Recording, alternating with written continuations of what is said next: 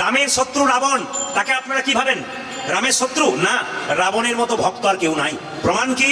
রাবণ যখন মন্দোদরীকে বিয়ে করেছিল, 10,000 মেয়েকে প্রথমে বিয়ে করেছিল, তারপর মন্দোদরীকে বিয়ে করেছিল।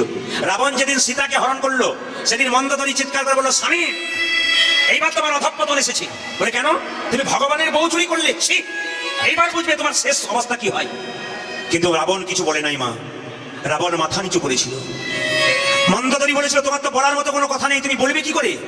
রাবণ তখন বলেছিল, মন্দোদরী, সীতা আমার মা। যখনই সীতা আমার মা বলেছে, মন্দোদরী চিৎকার করে বলেছে, স্বামী সীতা তোমার মা? হ্যাঁ, সীতা যদি তোমার মা হবে, তবে রাজপুরীতে না রেখে অশোকবনে রাখলে কেন? রাবণ মাথা নিচু করে বলেছিল, আমার মাকে রাজপুরীতে রাখবো কি করে? দেখতে এটা রাজপুরী, কিন্তু এটা যে আমার পাপের পুরী, তাই মাকে অশোক বনে রেখেছি। অশোক বন মানে কি? যেখানে অশোক, যেখানে শোক নাই, যেখানে দুঃখ নাই।